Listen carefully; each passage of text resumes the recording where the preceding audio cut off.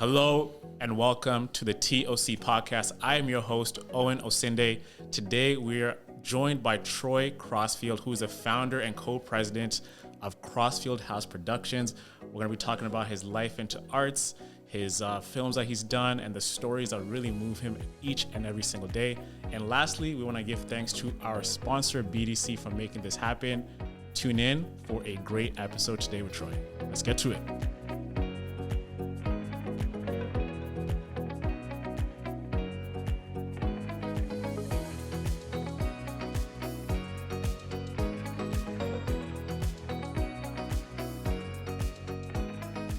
All right, we're back in the studio for TOC, and today I'm super excited for this guest. We have Mr. Crossfield in here, Troy Crossfield, the founder and co-president of Crossfield House Productions. Troy, how you doing today, man? Doing good. Pleasure having the building. Man, thank you for having me. Exactly. So I know you've been in the arts for such a long time. Been an actor, you've been in commercial, you've been in films. But to get deeper into that, before we get into the production company, I actually want to know about you. Like, what inspired your desire to get into the arts? I guess it was when I was probably grade 6. Grade 6, eh? Yeah, man. I was rapping. Thought I was a rapper back then. At grade 6. Yeah. Thought I was a rapper. Had my red duotang, and me and my white boy Chris Cote, we thought we was the ish, just writing rhymes and stuff. Yep. And then that just turned into entertaining the family. You know what I mean? I would say I was the joker of the family and just always entertaining. And then I never took drama in high school, which was funny. And then later on in life, right after high school, I started auditioning for some theater productions and stuff like that. And somebody asked me to come out and do some modeling for them. So I was doing modeling as well. And then a cast member got sick in the actual play that I was in. So then the director was like, hey, do you want to act? I'm like, all right, I'll audition. And then boom, from there, it was acting just became my thing. It was it was supposed to happen. And how old were you at this point? Shoot, that was probably 19. 19 years old. Yeah. And how old are you now? That. I am a good age. You're good. Black don't crack, you know what I'm saying? No. Okay, I'm still 42. looking mid, I'm man. 42. You're 42, man. So you've been in it for a long time, close to 23 years, right? Looking back, in your career so far, what's been your favorite role that you've ever done? Dang. Okay, I guess obviously the roles that I create for myself with my team. Yeah. I love playing those roles, but most notable would probably be Christmas film last year. Oprah was on Oprah's network called Sicily Christmas, and I got to play Sexy Santa. Santa. Yeah, I'm getting this sexy actor guy thing. You're thirst trapping them. Hopefully, you know what I mean? Hopefully be that next Morris Chestnut kind of guy, Exactly, But yeah. So that's been your most favorite role. What's one role that you're damn, that was such a, it felt like you're doing work. It wasn't even feeling like you're in your element. Oh man, to be honest with you, I love acting, so it's never been that for me. Because I'm an actor, so whenever I say yes, it's something that I want to do. Yeah. Amazing. And you have your own production company, Crossfield House Productions. When did that begin? It began in 2017. 2017. Yeah, man. Okay. 2017. So I wrote my first production called A Little White Lie. Now, the reason why I got into theater, writing them myself, is because I was in productions from Cheryl Nemhard, Darren Anthony, Dwayne Mitchell, Cole White, a lot of theater artists who were doing their thing in the city. But what happened to some of them was lack of finances or a dream change or things like that made them have to shift. Darren got into film and stuff like that. So, but I was man, I want to keep theater going because it's just a sacred art. It's something that I love. The stage is something, it's just vibrant. You can't compare that to anything. So when I created CHP, it was myself. You know what I mean? And then I was all right, cool, we're going to do this. And then, my wife at the time invested in. Yep. So CHP, fruition 2017, right? And you're starting it by yourself. Then your wife came into the mix, as you mentioned. Yeah. She invested in one of my first shows and then, helped me get that off the ground. And then after that, writing the second play, that's when the team got involved and, developed new partnerships and relationships. And also, too, one of my partners, she was with me from the jump as well, too, as an actor. And then she turned business partner. And then my other operations manager as well to turn business partner. So it was like it's all been in the family. Yes, it started there, but like I had a whole bunch of friends who said, you know what, yes, because it's like this is my first play. I was like reaching out, I'm like, yo, can you be an actor? Can you help with? Can you be a stagehand? Can you help this production? And like everybody just said yes. So I was like, you know what? My whole purpose was to create a business where like we could invest in each other. You know what I mean? Be a team and support one another, and also like develop a black business. Because even though it's called Crossfield House Productions, the reason for the name was because people used to just come to my house, my basement, and just vibe. You know, like, yo, I'm going to Crossfield's house. And then we were just in the basement just vibing, just writing, like artists coming through, managers coming through. So that's where the name came from. It wasn't just about my last name, because my team, like, you know, it's legacy for all, not just for me. You know what I mean? It's just important. But it was coming to the house, mom's house, and everybody just vibing. Just vibing, good energy. And that's great that you had that insight from early on to involve everybody. And in the space, the creativity space, we have this tendency of like being a lone wolf, right? Everybody wants to be by themselves, whether you're a videographer, photographer. You always feel like I can do this by myself because I want to be like independent and go through about it. How important early on did you realize that I got to get a crew and an army behind me? It was right from the jump. Right from the jump, yeah, because you have your family. You know what I'm saying? I have my family. I have 2 kids.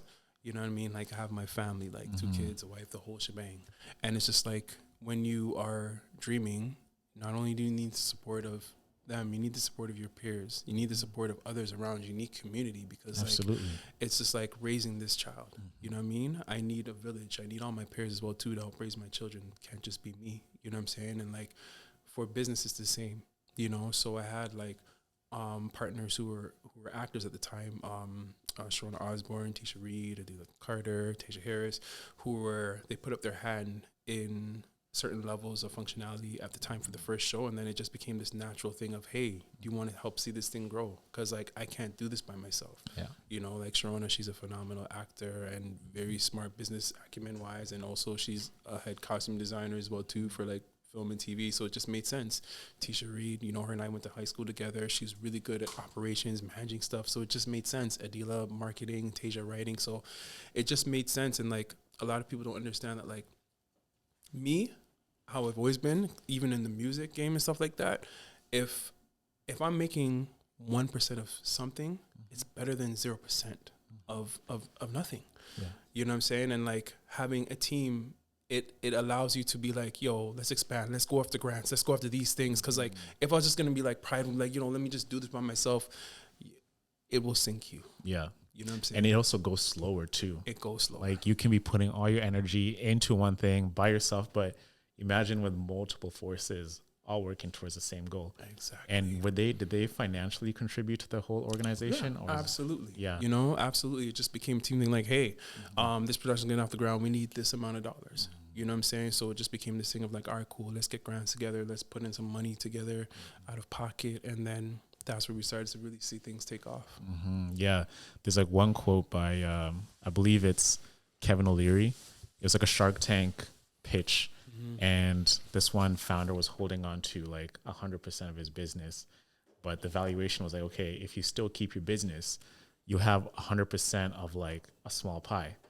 But if you let me put money into this, the valuation is going to get bigger, and you're going to have like a small piece of like a bigger pie that's actually like more than what you actually already got. What do these other women around you like what's your strength, and what do they compliment you on that you can't do? A lot. I'm sure they're gonna laugh at this interview when they see it. Pretty much like I'd like to say like I'm a very creative writer. Like I'm a great writer, and I'm also a person who can execute well. You know, like I would be the guy to, you know, like I did my first play. Because I'm just like, okay, I have this idea, I want to get it done. I'm not going to ask for permission. Boom, this is what it's going to be. But now to level up, it's like finances. You know, like Shareefa, she's also our CFO, so she handles all the money. She's very amazing, strict with that. Diligent. Yes. You know, and costume design as well too. Like we just did a 90s play based on the 90s, and like, you know, we sold all of our shows when we went on tour. Like she handled that, and she's an amazing writer as well too. And then like Adila on the marketing side, she's done marketing for like so many different brands. So, you know, she lends those skills to us. You know what I mean? So like we each need each other in different ways. Like Tisha's amazing with operation management, and also like quick story about her. You know, we used to be frustrated because I'm like, man, why are we not getting the money? Why are we not getting the grants monies? I'm like, yo, show me the money. Like, it was that Jerry Maguire. Show me the money. And like, let me tell you that like we've accumulated a lot of money in grant funding, you know, because of her and because of Sharona working together. And Tasia, she's our writer. She's another one of our writers as well too. Tasia and I and Sharona, we share the bulk of the writing, you know, like the play stuff, we'll come up with it and we just throw it around each other, and like the film stuff as well too. So like, you know, where films have gone into major, you know, Toronto Black Film Festival, Montreal Black Film Festival, LA Film Festival, like because it's the team. So it's just like, there's just so much that we offer each other. It's just like, it's seamless. People always ask all the time, like, how do you guys work together? I'm like, I can't imagine us not working together. Exactly. You know? And, you know, your organization, you like do a great job of telling Black stories. What's your creative process to come up with a story that you think is actually going to resonate with the community? Most of the stories are like of an authentic nature. Exactly. You know, for me, like, you know, I've seen certain struggles in, you know, Black men, relationships, and just stuff from my own life. Or like, you know, Tasia's really good at coming up with out of the box stories that we can just create and like put a Black person in that. Cause you know, like there's just stories everywhere. You go outside, you know what I'm saying? Like, and it's our job to tell these stories because nobody else will hear them. Yeah. You know, so like our latest story, Out of Order, is about a Black girl who orders stuff online all the time trying to fix her life. And the one thing that she's missing in her life is love. So she orders a man. Which is me. You know, so I show up, I'm this robot man, but it becomes this totally thing that she doesn't even want. Exactly. You know what I mean? But like, there's just out of the box stories that also have a relatable view to a Black viewer. Like, damn, like I wish I could have ordered him, but like, damn, you might kill me in the end or something. Like, you know, so I just think it's very important to be authentic and just to tell our stories. And then like, there's just so many stories to tell, man. Yeah. And, you know, one of the things that, you know, it's being spoken a lot about, is, especially in film, it's just like the idea of Black struggle, right? It's being, the story is being told like a lot, right? You see like the slavery visa or the Black stereotypes. Do you and your team make it a fact to actually tell like the beautiful aspects of like Blackness? So I want to always tell the truth. I think that's my goal as a writer and an actor. Yeah. So the truth is, many of us have dealt with struggle. I've dealt with struggle. I'm sure you have. Other people in this room. But I also want to stay away from certain narratives. And like, let me just be careful saying that, because like, I don't want to do a slave movie. Yeah. It's been so done. It's been so done. And also, though my ancestors have experienced that, I never experienced that myself. I have so many more stories to tell. Yeah. So like, we've seen that narrative a lot already. Like Will Smith just putting out one just now, just like, okay, I'll watch it to support him, but like, why? Yeah. You know what I mean? Like, there's so many more stories to tell. So it's like, let's push on to this new narrative of Black love, Black romance. I want to see a Mansa Musa story. I want to see like stories that haven't been touched yet.